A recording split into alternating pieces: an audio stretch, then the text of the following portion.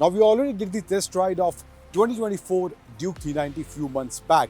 लेकिन आज के इस वीडियो में मैं आपसे बात करने वाला हूं कुछ ऐसे मुद्दों को लेकर जहां पर ये 2024 Duke 390 एकदम प्रैक्टिकल पैकेज साबित होती है और कुछ ऐसे मुद्दे जो अभी भी इस 2024 Duke 390 में जहां मुझे लगता है उनमें सुधार की जरूरत है।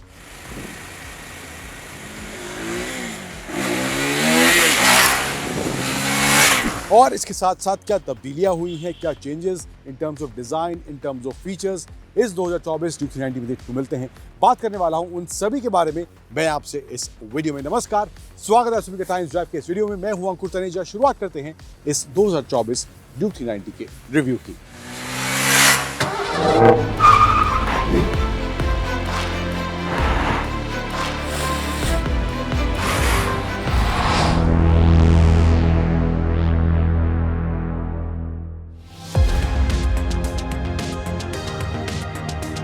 तो शुरुआत पहले कर लेते हैं इसमें हुए बदलावों के साथ। तो सबसे पहला बदलाव जो हुआ है वो ये इसके इंजन को लेके हुआ है।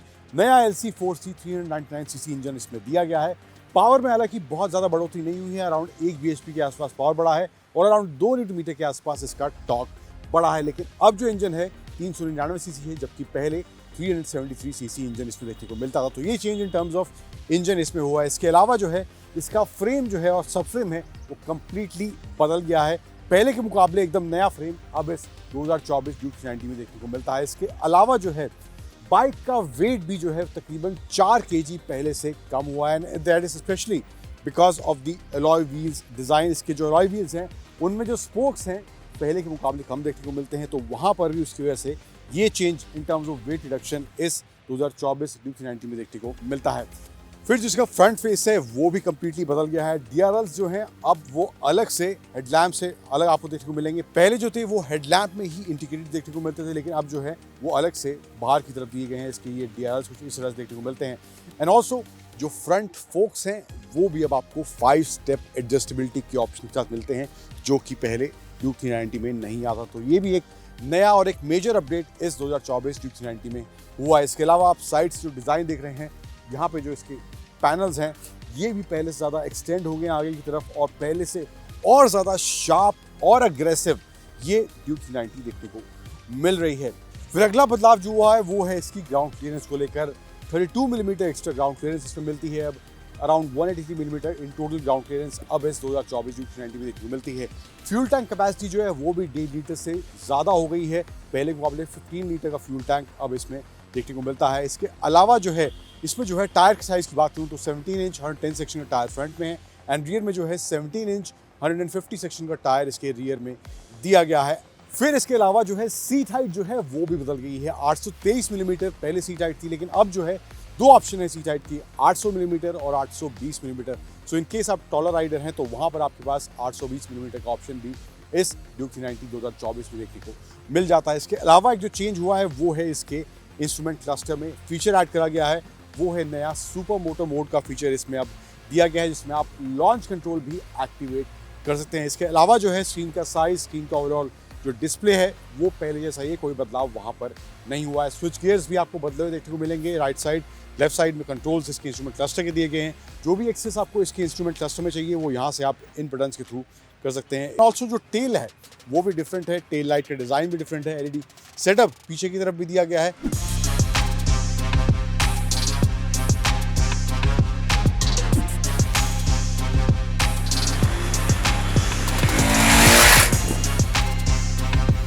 अब इस 2024 KTM Duke 390 का रियल वर्ल्ड एक्सपीरियंस किस तरह का रहा है, सिटी हाईवे दोनों माहौल में बाइक कैसा परफॉर्म करती है, कहाँ सही है कहाँ नहीं, उसकी बात करते हैं। पहले कुछ पावर फिगर्स पर नज़र डालते हैं।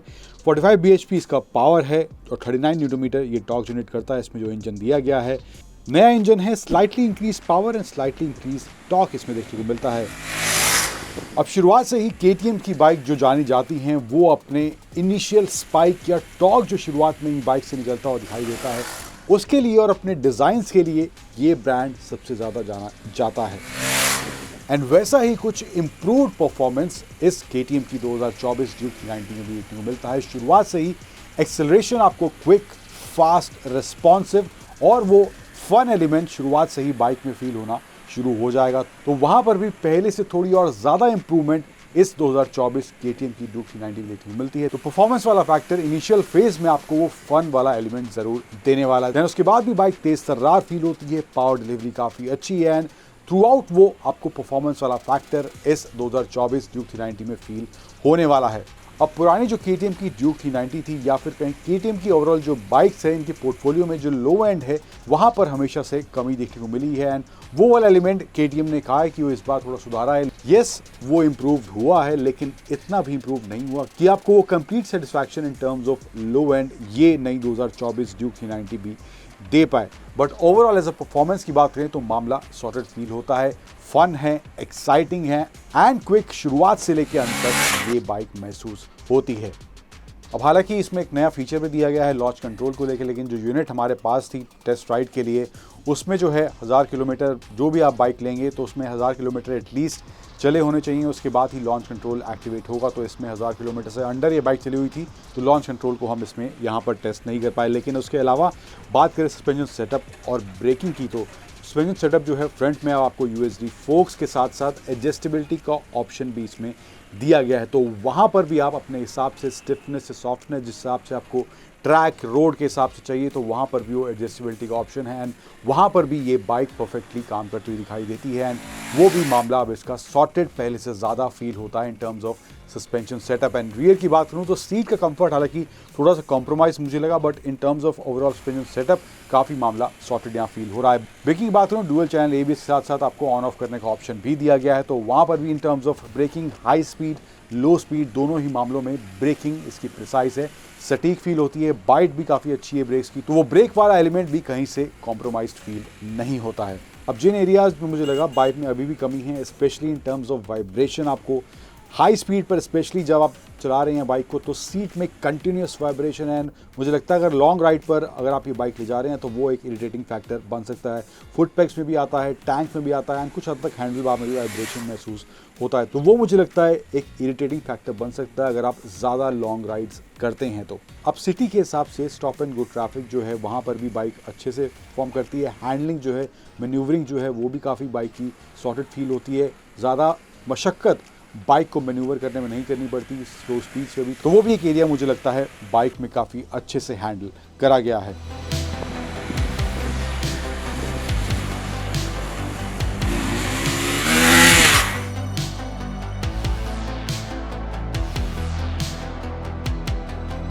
शुरुआत में जो मैं कह रहा था कौन सी चीज़ें हैं जो इस बाइक को एक पोटेंट पैकेज बनाती हैं और कौन सी चीज़ें हैं जो इस बाइक में मुझे अभी भी लगता है जहां पर थोड़ी सी सुधार की अभी भी रिक्वायरमेंट है। तो पहले मैं आपको बताता हूं कौन से ऐसे एलिमेंट्स हैं जो इस बाइक को सेगमेंट में बाकी सभी बाइक से अलग ठहराते हैं। जैसे कि सबसे पहला एलिमेंट जो मुझे इस बाइक को देखते ही इंप्रेसिव लगता है वो है इसका डिज़ाइन। अब हाल ही में यामाहा भी अपनी MT-03 लेके आया है, लेकिन डिज़ाइन के मामले में ये बाइक जो है एकदम आउटस्टैंडिंग लगती है, शार्प है, अग्रेसिव है, स्टाइलिश है एंड वो जो यूथफुल कैरेक्टर वाली बात होती है तो वो थ्रू आउट इस बाइक के डिज़ाइन में हर तरफ से झलक के ज़रूर आता है। तो ये वाला एस्पेक्ट मुझे काफ़ी इंप्रेसिव, शुरुआत से ड्यूक के जो डिज़ाइन है या KTM की बाइक के जो डिज़ाइन है वो शुरुआत से ही काफ़ी अग्रेसिव और स्पोर्टी रहे हैं, तो ये एलिमेंट मुझे काफ़ी इंप्रेसिव लगता है। अब जो अगला एलिमेंट मुझे इस बाइक के बारे में इंप्रेसिव है, इस बाइक को लेकर इंप्रेसिव लगता है, वो है इसके परफॉर्मेंस को लेकर। बाइक में हालांकि अब जो है थोड़ी सी पावर और टॉर्क की बढ़ोतरी हुई है, लेकिन बाइक का जो शुरुआत का स्पाइक है या शुरुआत का जो पंच है वो काफ़ी अच्छा देखने को मिलता है और पहले भी वो अच्छा था लेकिन अब थोड़ा सा और बेटर पहले के मुकाबले वो देखने को मिलता है। एंड इसके अलावा जो लो एंड है जहाँ पर पहले कस्टमर्स को शिकायत रहती थी या राइडर्स को शिकायत रहती थी वहाँ पर भी थोड़ी सी इंप्रूवमेंट पहले के मुकाबले देखने को अब इस 2024 ड्यूक 390 में देखने को मिल रही है। फिर अगला एलिमेंट जो मुझे इस बाइक को लेके इंप्रेसिव लगता है वो है in terms of tech and features जो इस बाइक में दिए गए हैं। एडिशनल जो फीचर इसमें ऐड करा गया है सुपर मोटो मोड को लेकर लॉन्च कंट्रोल वाला ऑप्शन दिया गया है, इसके अलावा इसमें ड्यूअल चैनल ABS जैसे feature, traction control on off का ऑप्शन इसमें देखने को मिल जाता है। ये सब फीचर्स जो हैं इस बाइक को काफ़ी पोटेंट पैकेज ज़रूर बनाते हैं।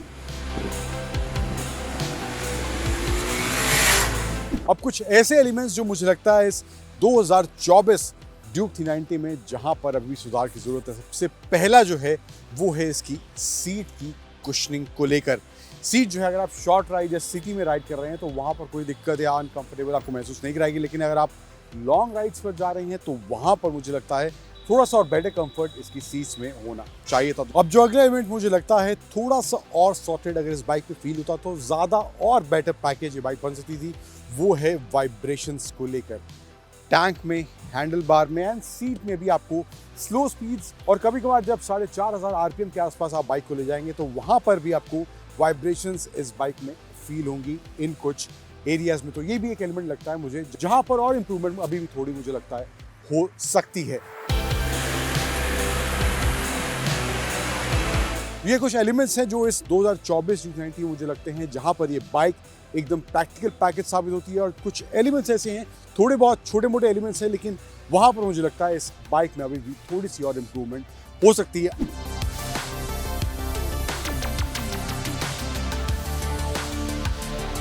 ओवरऑल एज ए पैकेज की बात करूं इस 2024 Duke 90 तो सबसे पहला एलिमेंट जो इस बाइक को लेने का बन सकता है वो है इसका नया refreshed design. Sharp, sporty, cutting edge design वाली फील इसके ओवरऑल डिज़ाइन से अब आती है, एंड पहले से और इम्प्रूव भी ज़रूर लगता है। परफॉर्मेंस भी यस थोड़ा सा बेटर पहले से हुआ है, तो वो भी एक एस्पेक्ट इस बाइक के लेने के पीछे बन सकता है। इन सब चीज़ों के साथ साथ बाइक में जो नए एडिशंस हुए हैं इन terms of technology, in terms of design, तो इसके साथ साथ जो कीमत है वो भी बहुत ज़्यादा KTM ने नहीं बढ़ाई है। तो मामला जो है वो भी इस 2024 Duke 390 में इन टर्म्स ऑफ प्राइस काफ़ी कंपैरेटिव रखा गया है।